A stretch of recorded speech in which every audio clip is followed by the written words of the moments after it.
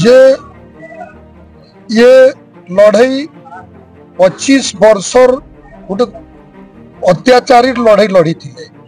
जेन 25 वर्ष लोक जेन प्रकार स्थिति रे भोगु थिले तार सामना कले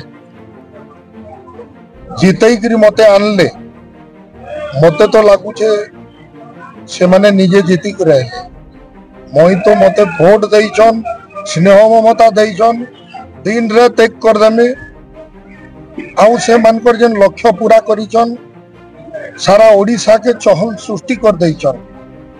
5 वर्षर 5 स्तर मुख्यमंत्री तार संगे संगे तांकु हराले एंता 1000-2000 भोट रे नहीं 16,000 प्लस भोट रे हराले तार संगे संगे ओडिशार माटिर गर्व रखले ओडिशा रे भारतीय जनता पार्टी सरकार एक तरफिया करी देखाई देले।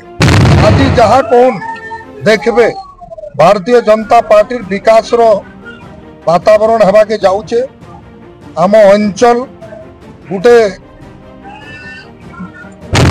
दानव हस्तरू बंची जाइए और निश्चित भाव में आम आशा करूँ कि ओडिशार विकास आरंभ हो।